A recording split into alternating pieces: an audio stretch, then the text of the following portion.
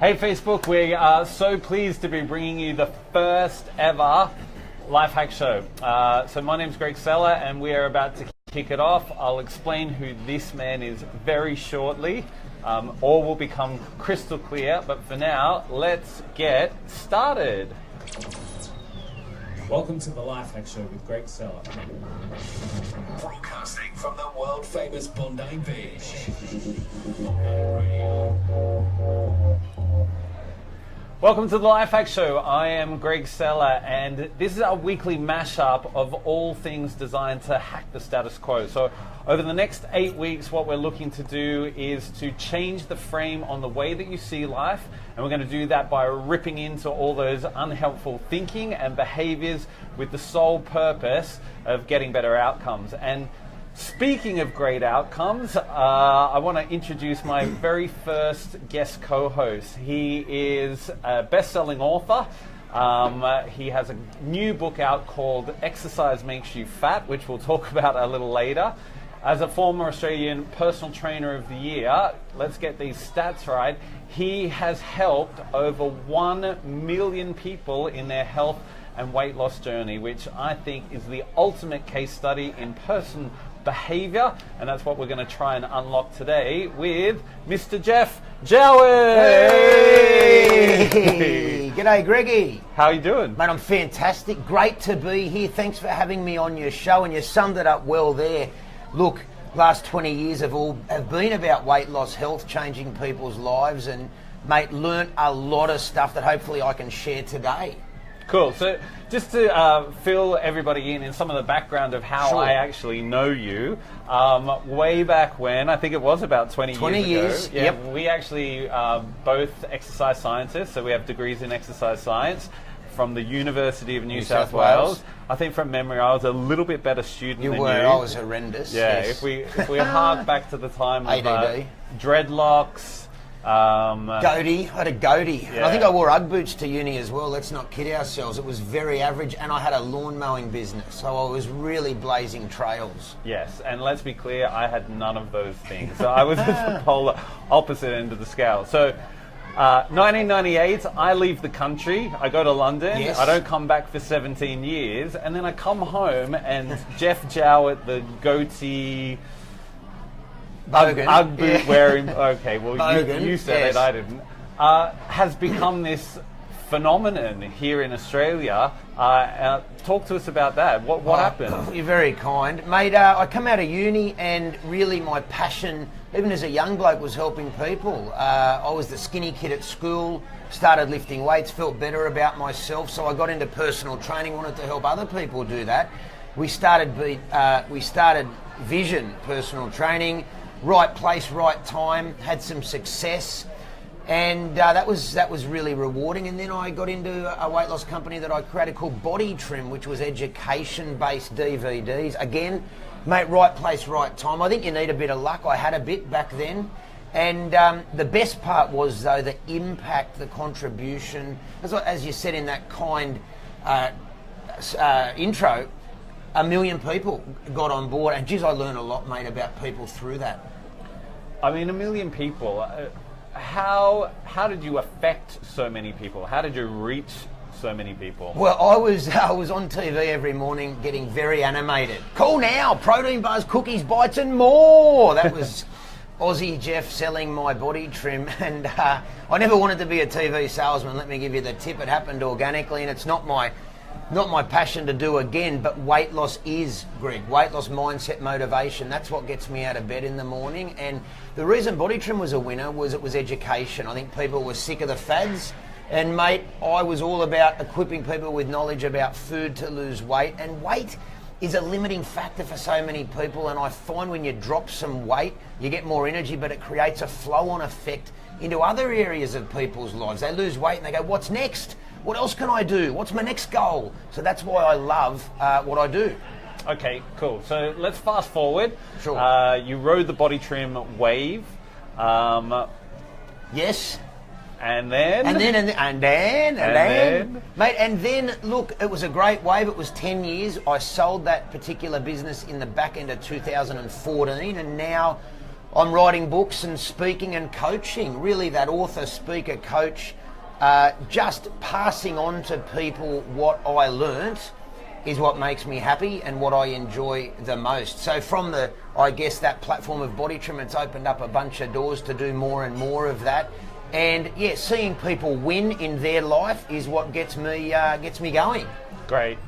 So I said it before, when you affect and you hear back from that many people, I mean, I'm imagining this is a two-way street. You're educating them, but then they're also giving you some of their success stories back, and also a hell of a lot of questions. That almost builds like the ultimate case study in personal behavior. Absolutely does. And mate, I'll share this one with you, Greg, and the listeners. No one's as good as they look, but we're all much better than we think. Now, this is one of the things, because we put success on a pedestal, whether it's weight loss, health, career, life. We look at people succeeding and we think they're from another planet. Everyone's got doubts, fears, worries. Everyone's got insecurities. But the people who win and kick their goals, they simply keep pushing. They hack the system, as you say. They hack their own status quo to find a way to win for themselves. We've all got challenges. I got diagnosed with ADD last year, for God's sake. Now, no one's joking. No one's surprised about that. I couldn't focus at uni or school, and my parents were both school teachers. It was horrendous. But we've all got stuff. But we look at people winning in life and we go, oh, wow, they're awesome. But they're not really. They just kept going. They found a way for themselves. And that's what I observed with Body Trim and all the people. I'm big on goal setting, and I think helping people to believe in themselves. Because everyone is awesome. Everyone's got greatness in them. It's just that the bloody world we live in squashes it out of us. And the naysayers and the people who say you can't do that or you're not good enough, and you are. Everyone listening today, you are. And that's a great intro to what we're going to talk about today, which is what I'm calling the AAA game. I don't think... Yeah, boom. I don't think people are rocking up with their A game. I think they're probably somewhere around their C or D game. And in order for them to rock their A game consistently, and in this AAA game, they need a level of awareness. So where do you actually lie in space? And like you say, it's having an awareness of your thinking, your actions, your behaviors, but also understanding in the knowledge that everyone's dealing with their own stuff. I think there's an acceptance of where you actually are now, in the knowledge that it's just for now. It doesn't have to be the way that your life continues. And then the third one is a sense of achievement, and you touched on that word, goal setting. I want to get your thoughts around goal setting, and I also want to tap into what is the difference between a real goal and something that is just put down on a wish list. So that's what we're going to kick off today, the 3 A's: awareness, acceptance, and achievement. Jeff and I will be back after some music, and until then, happy listening. Pure Class A, high voltage, ultra live and direct. This is Bondi Radio. The tunes are on, the tunes are happening. So welcome back to the LifeHack Show. I'm Greg Sellar. This is my glamorous co-host for today, Geoff Jowett. G'day, folks. We've just got some music playing, and then we are going to crack on with our first segment, looking at our AAA game, the AAA game. All right, so we are going to kick it off right about now. Pure Class A, high voltage, ultra live and direct. Bondi Radio. Welcome back to the LifeHack Show. This is Greg Sellar, and I'm with my glamorous co-host for today. So glamorous. Mr. Geoff Jowett. Great to be here. So we talked about kicking off with our AAA game, looking at awareness, looking at acceptance, and looking at achievement. And I'm going to kick off this segment talking about the stat stack. Pretty much, listen to these stats, and I'll get your comment afterwards. 1 in 3 of us hate our work. 35% of us fear failure. 4 out of 5 of us, and you'll know a lot about this one, not just dislike, but loathe looking at our bodies. And 95% of us, unless you live in the havens of Switzerland and Denmark, think that part of our life really sucks. Not all of it necessarily, but at least part of it. Now, they're pretty strong stats. What are your thoughts if I told you those, which I just did? Well, Greggy, let me jump in there, and folks, I'll hit you with a few of my thoughts. 1 in 3 hate their work. I say one life, one chance. If you're not happy, you got to get happy. If you got a shitty job, time to throw it in the bin, get a new one, I say. Now, getting on to fear, I read a book when I was 20, so only a couple of years back, as you can obviously tell on Facebook Live by my head. Feel the fear and do it anyway. Susan Jeffers' great book, one of the best. I strongly recommend it. Feel the fear and do it anyway. People are paralysed by fear. Your goals, dreams, hopes are right on the other side of your fears, and fear is what holds people back in life, and it holds them back from making important decisions where they can find happiness. 4 out of 5 people loathe their bodies. I'll tell you what, it's confusing time. Every magazine you pick up, there's a different diet. High carb, low carb, keto, you name it, they're out there. If I hadn't been doing this for 22 years, I'd be confused. And my passion, Greg, as you know, is weight loss for people and helping to clear up that confusion. As for Norway and Sweden, I may just end up there. I heard it's a good joint. It's Switzerland and Denmark, but no offence to the people of those other 2 countries. I'm sure it's great in Norway and Sweden as well. ADD, folks. At the end of the day, everyone thinks part of their life sucks. And, you know, to be honest, it's a pretty strong statement for where we're at in the world. What do you think are some of the contributing factors? Why are we at this point where those stats can take hold? Mate, let me hit you with 2 words. Social media. I'll tell you what, I can go from having an amazing day, gratitude, feeling incredible, get on Facebook, every man and his dog's in Mykonos, Santorini, the south of France. I'm stuck in my little apartment, and, you know, all of a sudden you start comparing yourself. Comparison's a thief of joy. 20 plus years ago, we didn't have social media, so we just had our own life and we stayed present more. Eckhart Tolle wrote the book, The Power of Now.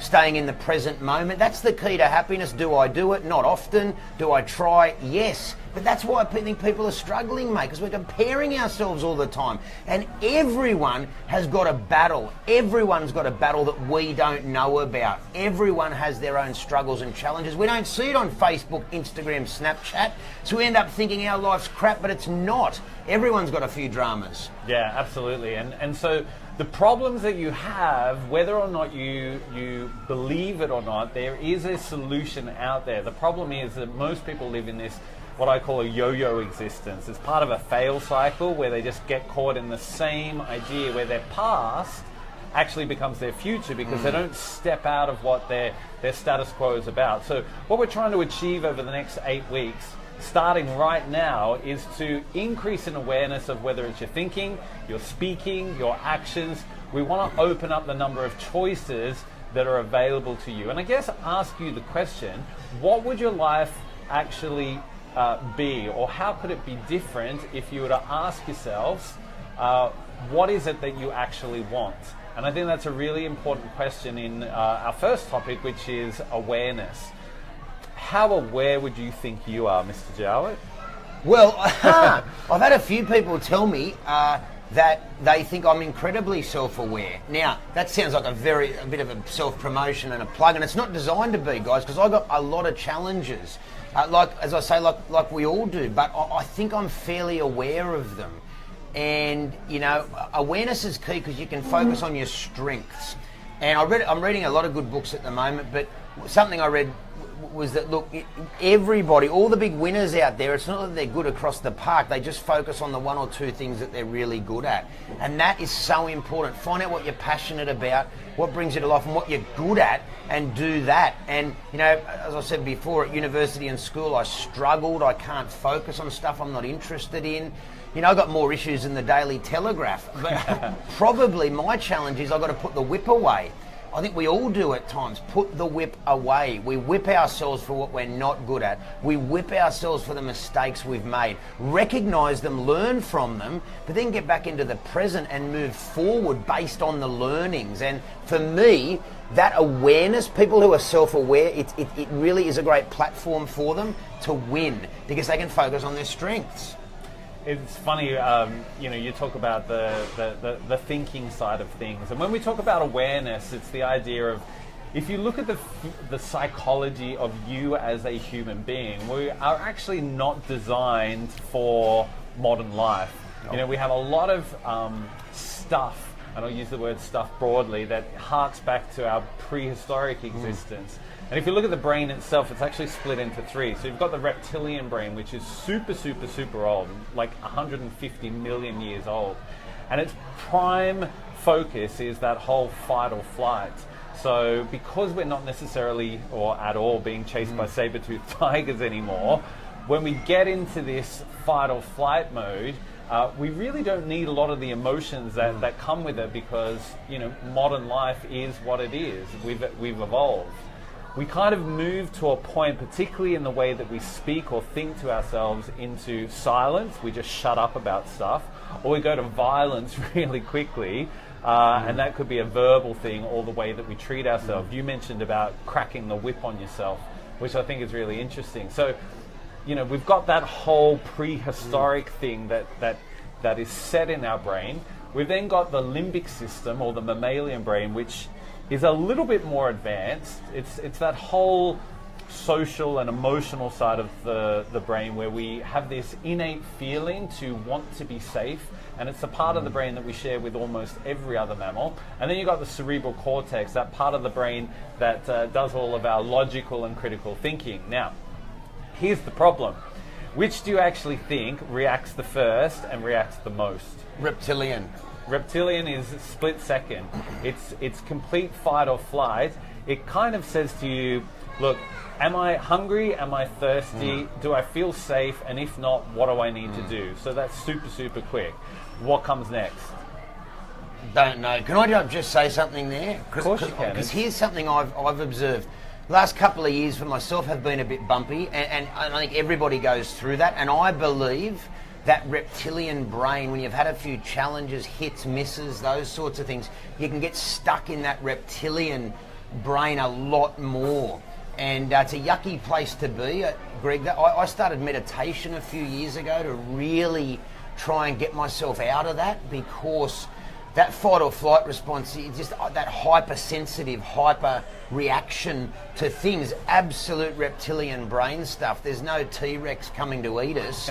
And really, Maslow's hierarchy of needs, most of us have got food and shelter of some sort.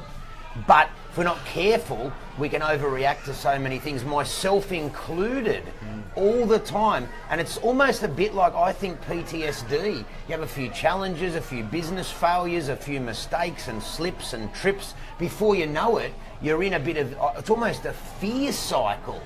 Yucky place to be. In my 20s and early 30s, I'd never felt it. Mate, now at 40, having had a few bumps and scrapes, it's something that I work at daily to get out of and get better at. And I think important for the listeners to understand that everybody has that, regardless of whether they're confident or they look successful. Everybody's got varying degrees of that. So if you're listening to this right now, I hope you can relate to it, because as I keep saying, no one's as good as they look. We've all got stuff. We just got to keep pushing towards our goals. But if you don't have goals, I say a man without a goal is like a ship without a rudder, Greg. You need a goal. If I don't have a goal, I am dead set useless. I spin like a top. I think we all do. I love that saying. A man without a goal is like a ship without a rudder. Too true. Going everywhere. And as we look out over Bondi Beach here, I see a ship. It's got a rudder because it's going forward. We're happy days. We're happy days here. All right, so reptilian brain, moving into the mammalian brain, the limbic system. As human beings, we are programmed to follow the path of least resistance. We are guided more quickly by our emotional brain, and that is the part, particularly within a lot of our speech, it dictates what we see above the surface, and that's how our behaviors play out. So particularly in those million people that you have helped over the time that you've helped people in their weight and wellness journeys, what do you see in that idea that people cerebrally, so logically, know that they need to change and that they should change? They almost also know exactly where to get the knowledge and information from, and yet they don't. Or if they do, it doesn't last. Mate, great question. And what I've observed is this: the people who totally transform their bodies' lives, I believe in my communication to them. You've got to create enough pain and leverage around the problem. Because as human beings, we want to avoid pain. Instant pleasure, instant gratification. That's why people drink, take drugs, smoke cigarettes, that sort of stuff. You have to create enough leverage and pain if they don't change to actually get them to change. So I stamp on the pain points with people in my communication to get them to start losing weight. You know, I say to people, how will you feel in a year from now if you still have not lost 50 kilos? How will you feel in a year from now at the beach if you now need to lose 60 kilos? You have to attach pain to not changing. When you attach massive pain to not changing, you'll create threshold and people will then make the change. And then with the techniques and strategies that I've learned over the years, the weight can come off quickly, but not only the weight, the better lifestyle choices, but it's always pain avoidance. So if you can create this horrific image of their future, and remember, most people listening to this and most people out there, they've got kids. For God's sake, they want to have the energy and health to play with their kids. It's so important. This is not just a vanity issue at all. This is a survival, health, longevity issue. People need the energy to play with their kids. I've seen grown men and myself break down in tears because of the stories of men losing 50, 60, 70 kilos or more, then had the energy to play with their kids at the park because they wanted to be role models. They wanted to be role models, good mums, good dads for their children, and they weren't. They couldn't go down the slippery slide. They couldn't run at the park. They couldn't even kick the footy. But when they started dropping weight, and I've seen thousands of people lose huge weight, reverse diabetes, all sorts of stuff, type 2 diabetes that is, and as a result of that, they're this amazing role model for their children. Their children start to lose weight as well, Greg, because the food that's being served up at home isn't loaded with carbs and sugars anymore because mum and dad have been educated. But how do you make the change? Pain. And it's counterintuitive because if you think, I like helping people and I want to motivate people, the first thing I have to do is create pain.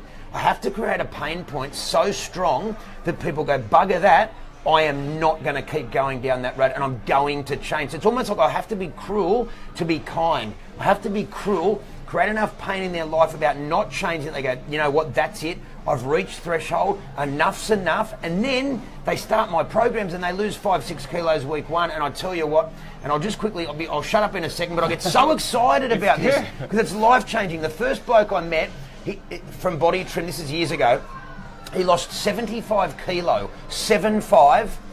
He tried to take his own life, this bloke, in his car, hooked the exhaust up to a hose, put it in, and he didn't. He had a flash image of his daughter, and he didn't, thank God.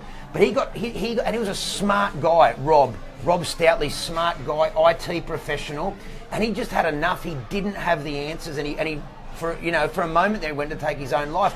That's how hard it can get for people. I met this guy at Woolloomooloo Wharf, 12 months into his weight loss journey. He'd lost 50 kilo, and it was like a scene out of The Notebook or something. We were coming from opposite ends of the wharf. We'd spoken on the phone. He'd watched all my DVDs. We both broke down in tears and just hugged each other. It was so special because he now has a completely new lease on life. He's married, he's back playing A-grade rugby, he's a father, again, he's got more kids. It's just so special, but it's on the other side of a person's fear. And people with weight and life, my stepbrother said this to me a few years ago.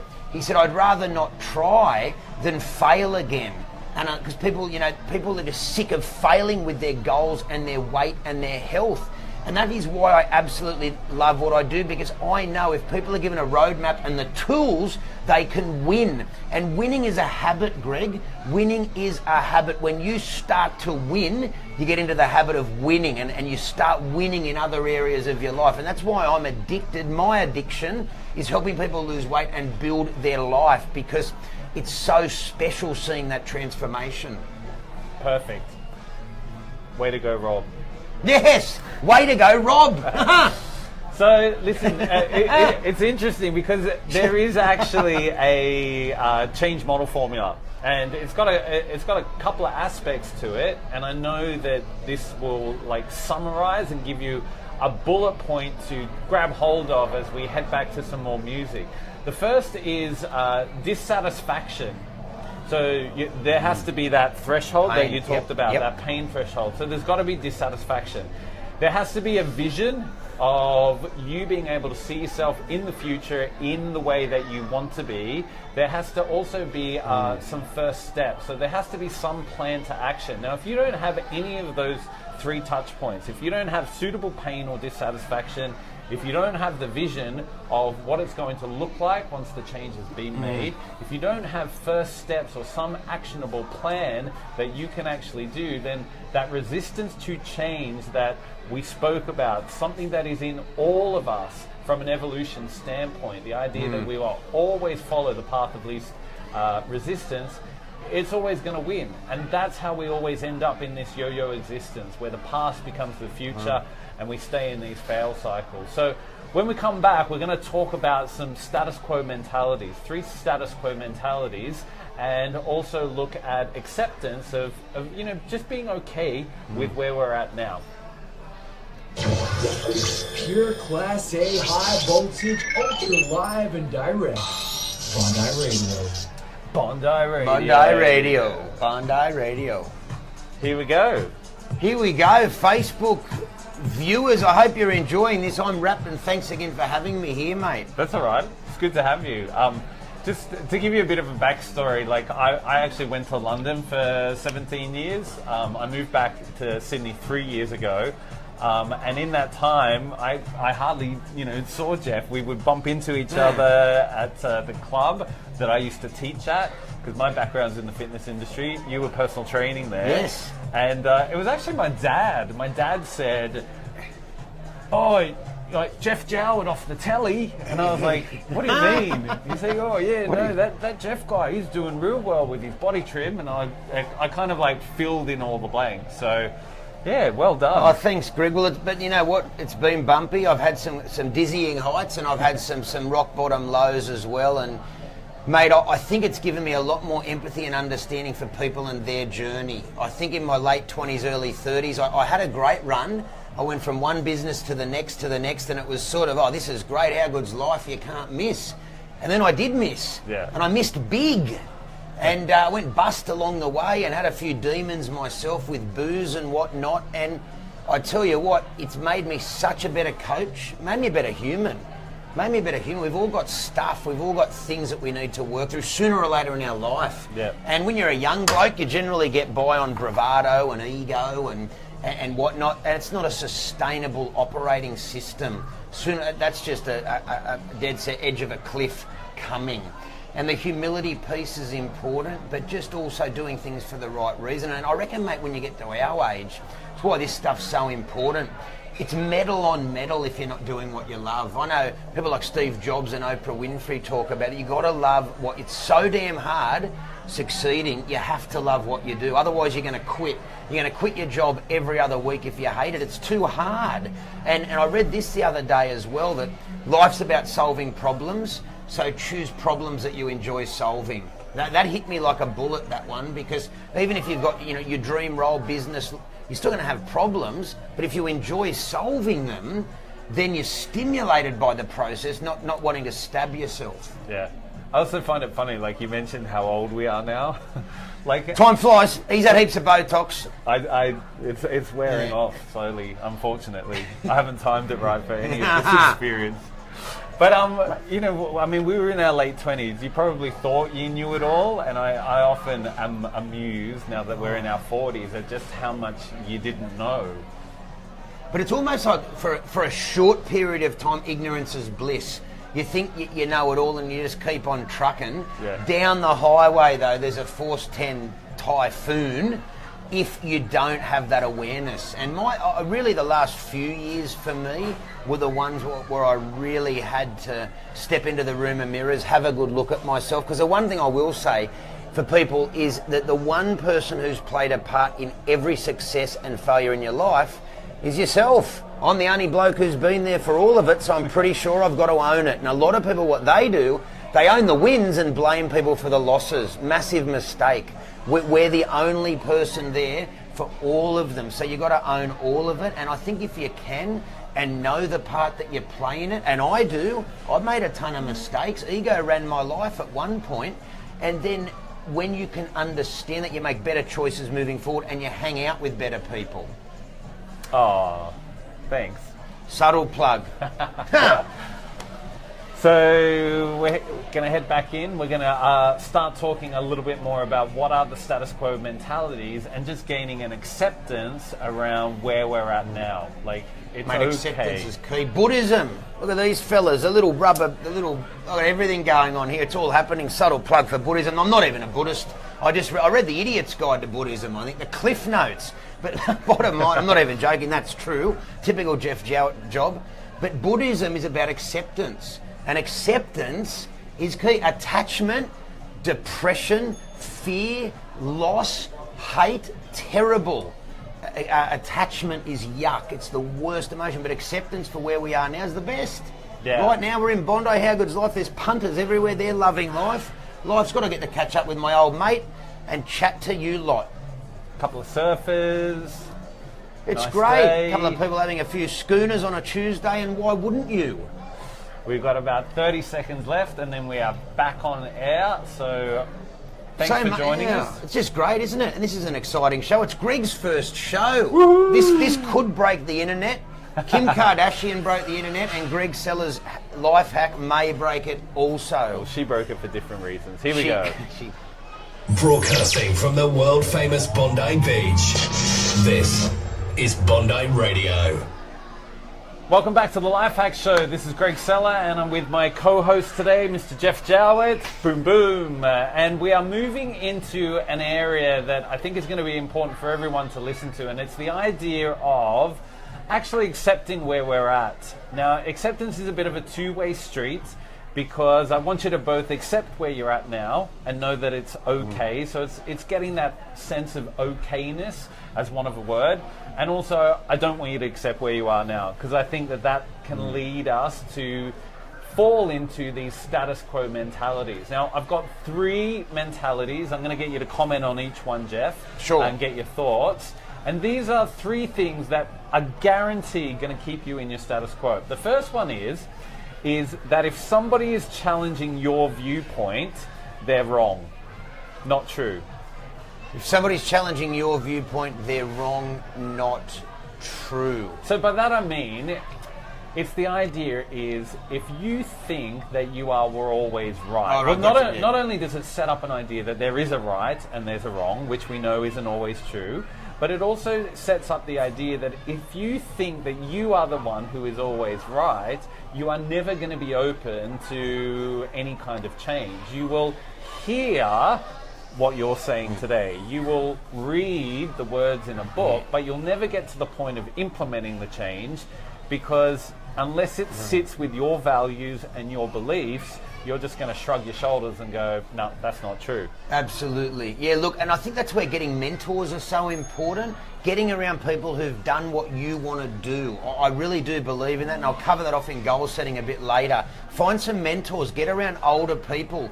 Not just successful people financially, but people who are living the life that you want to live. Get around people who are doing it, have done it, and be open to learn. The Japanese, I believe, the Japanese philosophy of Kaizen. Are you sure that's the right country? 100% it is. It is Japanese. 100%. Sorry, Norway, Sweden, Switzerland, and Denmark. I believe I got that. Was a bit of a muddle up earlier, but Kaizen, constant improvement. I nearly got a tattoo on my forearm in Japanese. I didn't. I've got a bit of OCD, so if I got one tattoo, I'd have 100 face tattoos now, probably as I sit here.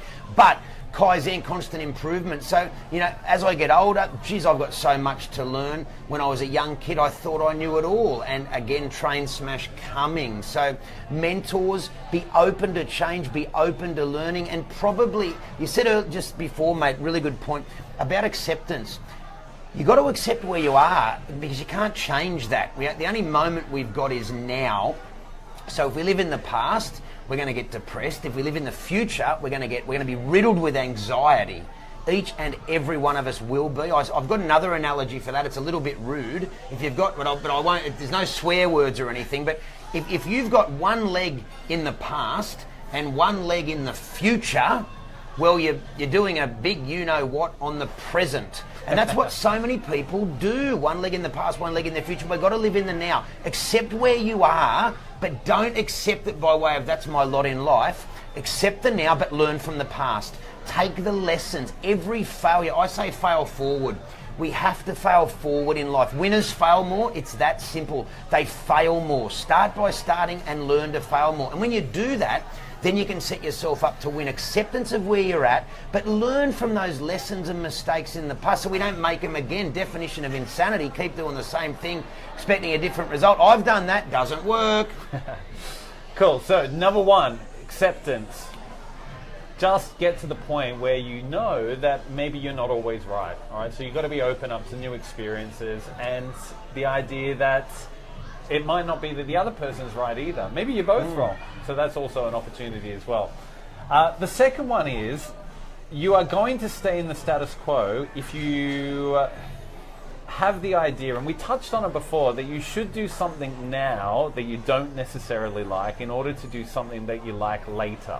So we touched on before the idea that most people are living on this stupid 150-year-old paradigm where, you know, kids go to school, they study subjects that they hate to get jobs that they tolerate at best. They then spend 30, 40, 50 years working in jobs that, you know, they really don't have a passion for. And then they retire in the hope that they might be able to relax and start enjoying life. And we know that that time doesn't always necessarily come. And it really worries me that people are putting off this idea of actually existing, of living life, because they just stay in that status quo. Wagwan. Well, look, it's a bit of an emotional one for me. My mum passed away only at 54 years of age. She was a school teacher. She worked her whole life, retired in 2001, got diagnosed with cancer early 2002, literally January, and mid-February she passed away. She had an operation and she passed away, didn't come out of the operation several days later. So that's the reality of it. This is not a dress rehearsal. Everyone listening to this is not a dress rehearsal. Life is not a spectator sport, but so many people spectate. They don't get in the arena. Love me, hate me, somewhere in between, I get in the arena. I get covered in mud and crap and dust and cuts, and I fight for my dreams and goals. I lost my mum at 54 years of age. She had a great life. She loved being a school teacher, but her whole life was set up to retire, and she did not get one day of her retirement in her holiday house at North Haven. They'd worked their whole life to retire there, and she never got to see it because cancer struck her down. So for me, I think that was a driving force for me, Greg, as a young man. As a young man, I wanted to live and chase my dreams in my businesses. I've never had a job other than working at the Zigzag Bar at Coyote's nightclub when I was 18 with long hair and goatee. I wanted to take my own path, and it's been bumpy and hard, but we've got to fight for our dreams and goals. No one is coming to save you, and no one is coming to save me. We have to save ourselves. That's why we have to get around positive people who lift us up. Get the naysayers out of your life. The negative people who say it's not possible, press the eject button, release the hounds like Mr. Burns in The Simpsons. Gone. Get them out of your life. I know it's easier said than done, but they've got to go. We become the people we surround ourselves with. If you've got idiots around you, join the dots. Negative people, join the dots. You've got to get around people who want more in their life. And I am absolutely selfish about that. Negative people, gone. Small thinkers, gone. And you get around big people, anything's possible. Anything's possible, whether you got $1, $1 million, or somewhere in between, irrelevant. It's about being resourceful, having dreams and passion and being resourceful and going about that. Whether it's a weight loss, health, life, career goal, whatever, you got to start now. No one's doing it for you. Yeah, and I think that's really important. It leads us directly into the third status quo mentality, and that is the idea that if somebody doesn't conform to what is normal, and I put that in inverted commas, then actually they're the weird ones. And it sets up this idea of like, well, what is normal? Because if there's one thing we know, normal doesn't exist. And if you are craving normalcy, if that's something that is very high on your agenda, then in actual fact you are craving acceptance. By your very definition, you are wanting to be a part of the masses and be in the status quo. Mate, I love where you're going with that, because here's something that it's profound and it's so relevant in this day and age. Everybody who's doing big things on this planet right now hacked the system, the status quo. They didn't do what people before them did. They learnt from them, Success leaves clues. Success leaves clues. They learned from people who've gone before them, but they hacked the system, Greg. And I know this is what you're all about, and I love that. Look at Elon Musk, the first person to pioneer space, private enterprise, probably going to be the first bloke to put rockets on Mars. Elon Musk, everyone said his stuff wouldn't work. Pretty sure it is working. Now, on a tiny, minute scale to Elon Musk, rest assured, the businesses that I've done, the ones that worked, everyone said they would not work. When we started Vision Personal Training, no one's going to do that. No one's going to do one-on-one training. That won't work. Well, there's about 60 studios in Australia and New Zealand now. Pretty sure that worked. Body trim, that won't work. No one will buy DVDs. You've got to sell them pills. 1 million people bought my DVDs on the TV because they bought my passion. They bought, and it's like dogs smell fear, people smell bullshit, and they see your passion. You've got to live with passion, as Tony Robbins talks about. But you've got to do it a bit different to people before you. Otherwise, it's just a Me Too product and they don't work. Don't be a Me Too human being. Be the original you. That's the most important thing. Don't be the next Greg Sellar or Geoff Jowett. Be the first you. I know it sounds like a cliche, but it's so true. There's greatness in each and every one of us, as I keep banging on about, but repetition achieves penetration, so I'll keep saying that because there's greatness in everyone. Everyone's got dreams and goals in them, Greggy, but unfortunately, if I listen to my parents, and I love them to death, but school teachers and get a safe job. That was the message. And even when Vision was pumping before Mum passed away, she was like, maybe go back to school and get your dip ed to be a primary school teacher and teach sports. And that just wasn't the direction for me. But that was a generation that grew up in a really conservative time, post-depression, post-war depression, that sort of stuff, different times now. Whatever your age is now, especially with the internet sensations everywhere. If I knew how to work a computer, maybe I could be one. But people are blowing up online, blowing up with businesses. There's never been a better time to be alive and start your dreams. It's funny, my mum hates it when I keep bringing up the fact that when I said that I wanted to move into the fitness industry, now bearing in mind I've done like training and I've probably trained over 500,000 people in 55 countries. He has, she by the way. begged me, do not do this. Take the application form. In fact, I'll go and get you one to be a bank teller up in Caringbah, Westpac. So there you go. Now, if you're working in Caringbah, Westpac here in Sydney, no offence, we love you, and if that's what you want to do, that's great. But it was like at the polar opposite to anything that I ever wanted to do. And so I think when we talk about acceptance, it's the idea of your now just being the result of whatever has come in your past. So it is the result of your past actions, or it may be the result of your past inactions. But like Geoff said before, it's you. Okay, so as soon as you can realize that, as soon as you can say, look, it's only my life in what it has been, and it is my life for now, but we can move forward. Yes. So what I want you, I almost want to challenge you to give yourself a break. And I think if you can give yourself a break, as Geoff said before, put the whip away. Yes. We have something called the inner critic. You know, by the end of today, just in a 24-hour period, people are going to have about 60,000 thoughts. And 45,000 of them are going to be negative, which is an incredible amount of time that you'll give over to yourself, saying, I won't, I can't, I shouldn't, I couldn't do that. And, you know, in some respects, although we're not hardwired, our brain is a little bit like a computer. And the thinking, that kind of head trash that we give ourselves with the inner critic, it's almost like a virus that stops the operating system from moving forward. It slows it down, grinds it to a halt, and it also stops us from installing new apps. I remember the comedian Ruby Wax. She's not so big here. If anyone's listening in London, you'll know Ruby Wax. Referring to the inner critic as being that little devil with Tourette's that sits on your shoulder all day, telling you stuff that moves you away from goals. Familiar with the inner critic? Oh, absolutely. I've got a massive inner critic. We all do. And that's why we've got to get into the personal development stuff as well and get the good YouTube. Tell you what, the great thing about YouTube, you put in motivation, mindset, anything like that, and there's a bucket load of stuff that's on YouTube that's amazing, and you've got to get the good stuff in. And here's how it works. You've got to have more good stuff going in than bad stuff. It's pure math. I was terrible at math, but I can do this math. If more good stuff goes in than bad stuff, then you're moving in the right direction. But if you're not, and most people are not, they don't commit to lifelong learning, Greg. And lifelong learning is critical, whatever age you're at.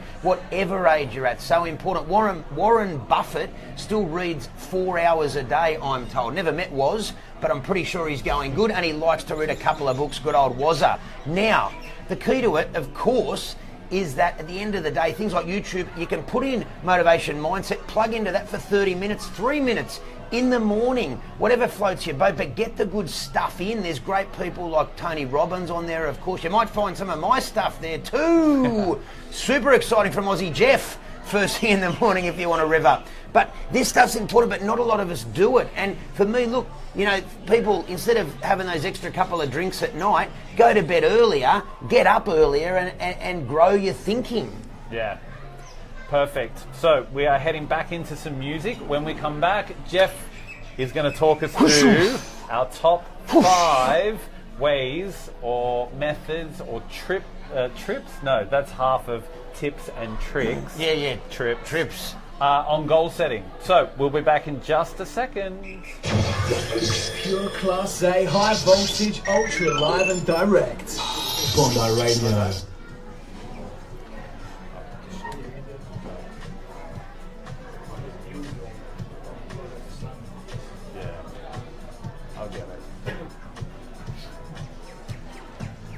Guys, hope you're enjoying this. We're loving bringing it to you. There's just so much stuff when it comes around peak performance and being your best.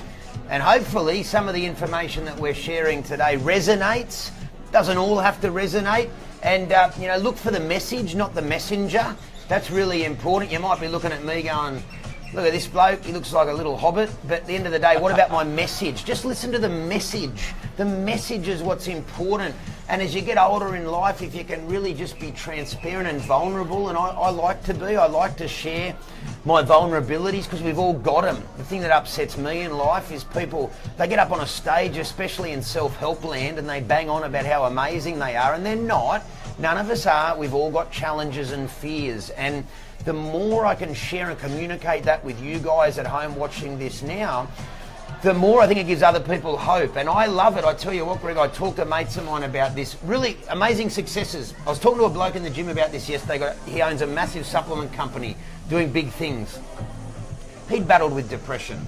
He'd had challenges. Everybody goes through stuff. When life just pummels you 5 or 6 times in a row, unless you're a robot, and none of us are, you're gonna get bashed a bit. We all go through it. Doesn't matter whether you might have a big personality and be animated, doesn't mean you're not going through stuff.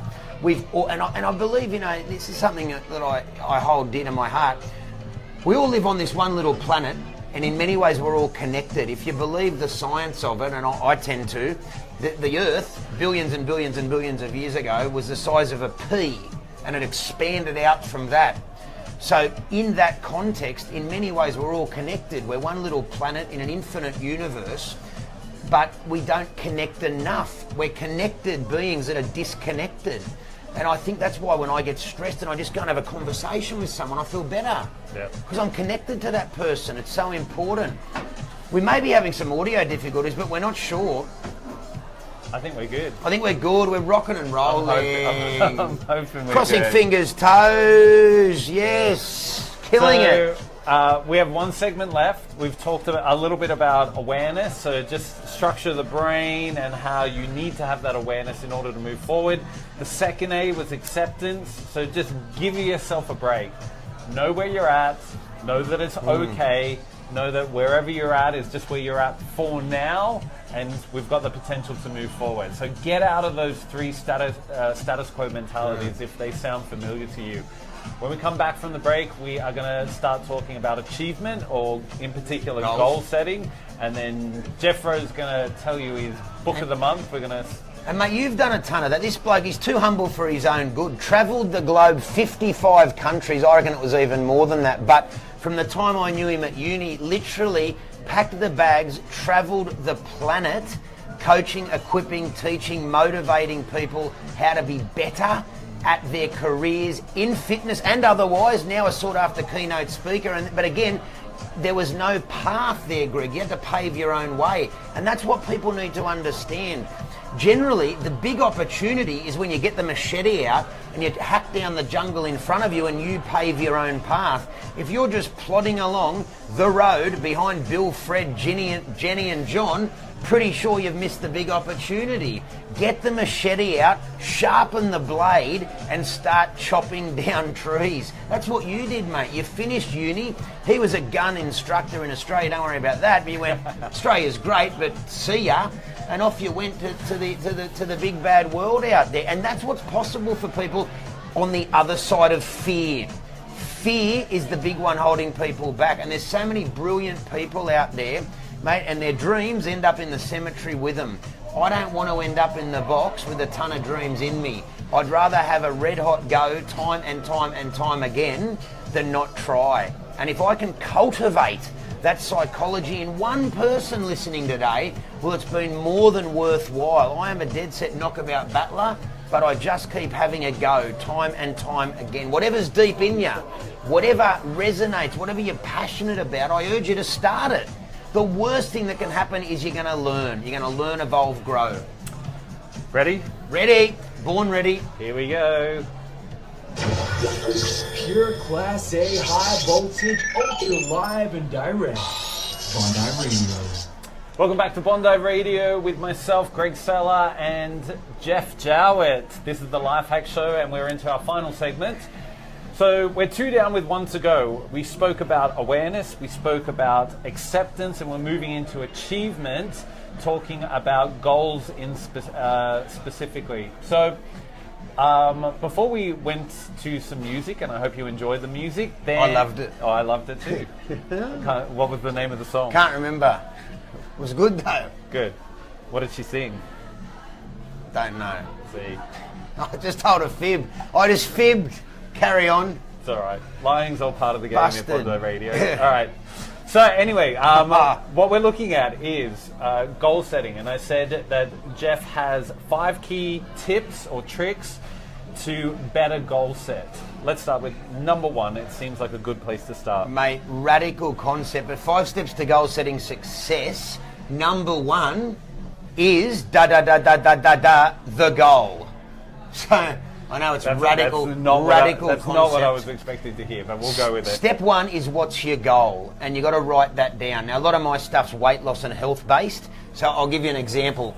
And you can apply this to all areas of your life, whatever it be. We're at Bondi, you might want to learn how to surf.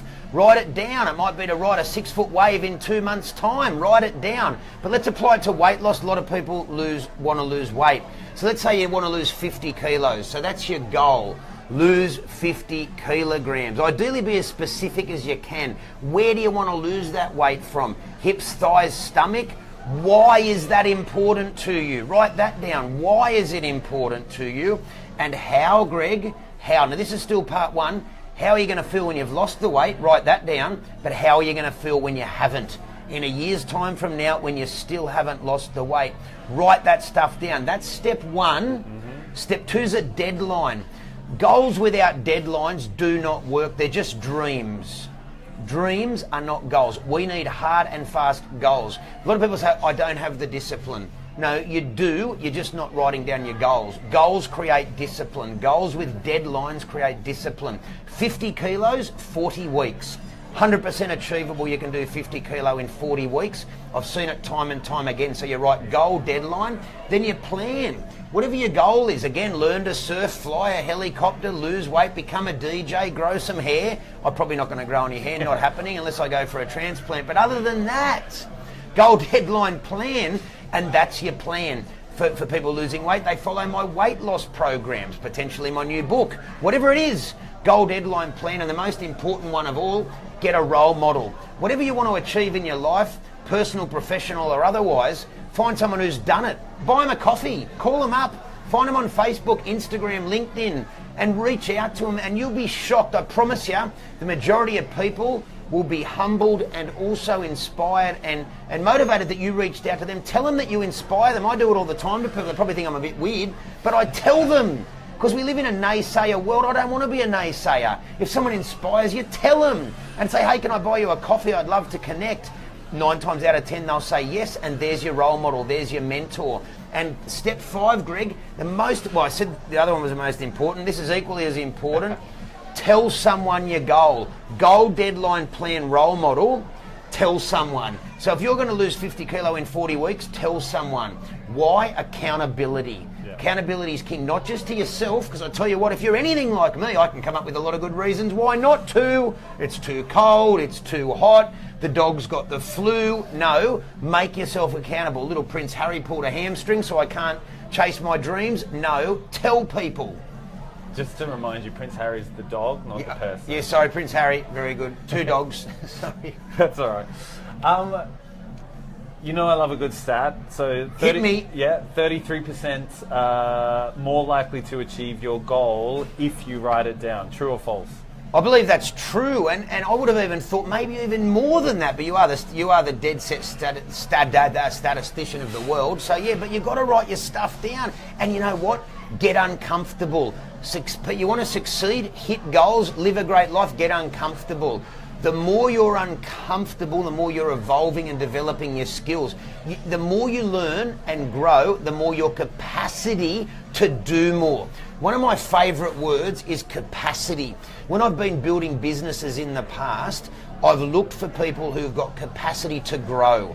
I don't hire finished products. I look for people with capacity to evolve and a desire.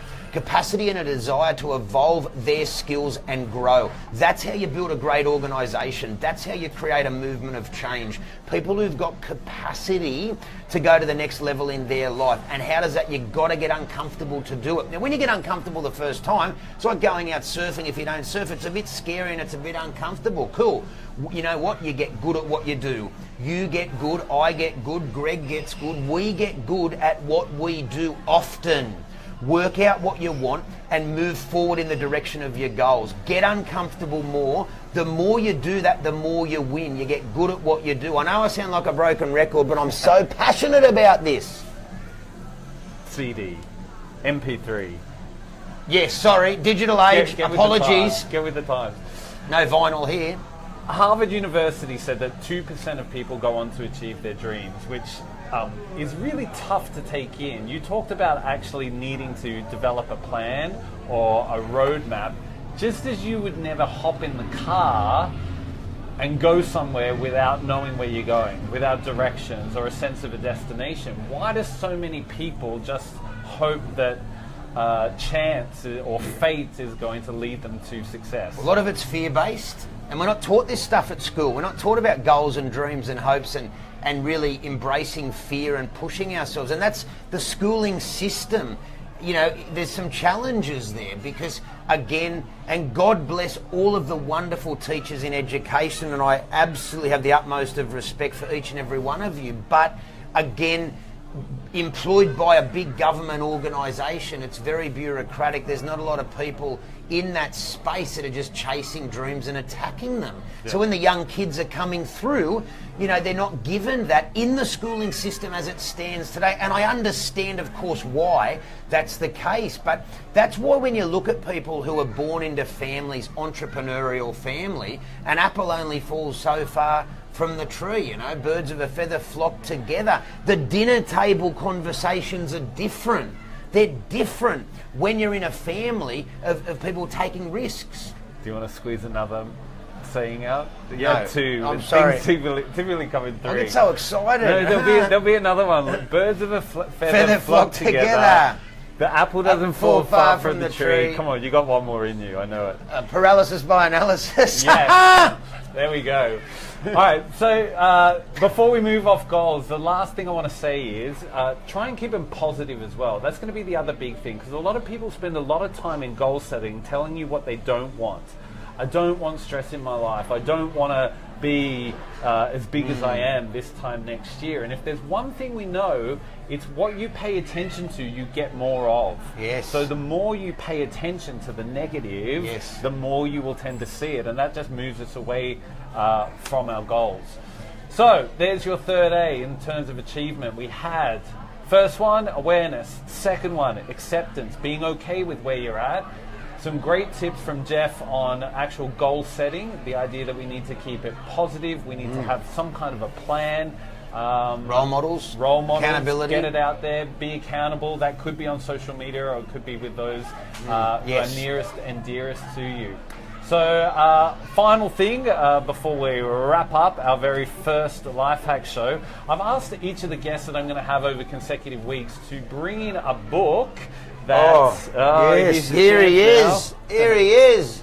To bring in a book that's actually shaped some of their thinking or changed their life. So it could be as big as that, or as small as something that's just pointed them into a direction. So, what's your book, Jeffro? Tools of Titans. Tools of Titans by Mr. Tim Ferriss. That is a really thick book. It's a big book, rest assured. And that's not how far he's into it. The reason I've got this book as well, so when I have photos with Greg and whatnot, I stand on it and it gets me into the right frame. I don't really read it. No, just kidding, I do. It is a big book, it is thick, but I tell you what, great thing about this is it's a whole lot of interviews with thought leaders, billionaires, icons, world-class performers that Tim Ferriss has compiled. And it's brilliant, and I tell you why. There's a lot of life hacks in there, mate. It's so relevant to your show. Now, Tim Ferriss has been around for a while, 4-Hour Work Week. He's got his podcast. But the thing about this is all these amazing thought leaders have all got challenges. And again, I said this at the start of the show. We look at people, we think they're killing it, and they are killing it in spite of their flaws. We are all flawed. We're humans, we're defective products, we've all got defects, but some of us navigate the defects and create an operating system within those parameters to succeed for themselves. That's why success never looks the same for any two people, because we're all different. This book was really an eye-opener for me, and at a time when I probably needed a bit of a rev up. So I got into that, and it reassured me and reminded me that we've all got greatness in us, we've just got to navigate our own path. Great. So, Tools of Titans by Tim Ferriss. Yes. And there we go, catch it while you can. And before we leave, quick plug for your book, Exercise Makes You Fat. Exercise Makes You Fat, the case against everything you've been told and sold, and what really works for weight loss. It's a disruptive message. It really is designed to help people battling obesity, just to get them to move more and focus on the things that matter most. GeoffJowett.com. Good. And they can find you on Facebook, Instagram, Facebook. They can find me down at Bondi. No, just kidding. Well, sometimes today. But yeah, Facebook at the Geoff Jowett. Instagram at the Geoff Jowett. Good. Geoff with a G. And we'll put up some of Geoff's details with this post. You can also find it with the Life Hack Show details on Bondi Radio. Don't forget to download the Bondi Radio app. And hey ho! Mate, thanks for having me. Show number 1 in the bag.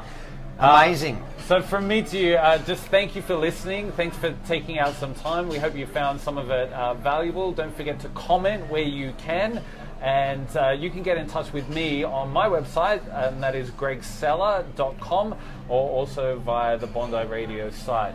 So, once again, on behalf of myself, on behalf of Geoff Jowett, Geoff, thank you for joining us today. Thanks, mate. Thanks so much for having me. And we'll see you next week, Tuesday, midday Sydney time, LA, New York times are all on the Bondi Radio website. For now, ciao, ciao. Bye-bye.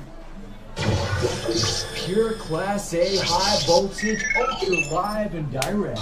Good Bondi food. Radio. Join us next week. Thank you. Greg Sellar. Thank you to the Facebook listeners. Thank you for listening. Thank you to Geoff. Thanks, mate.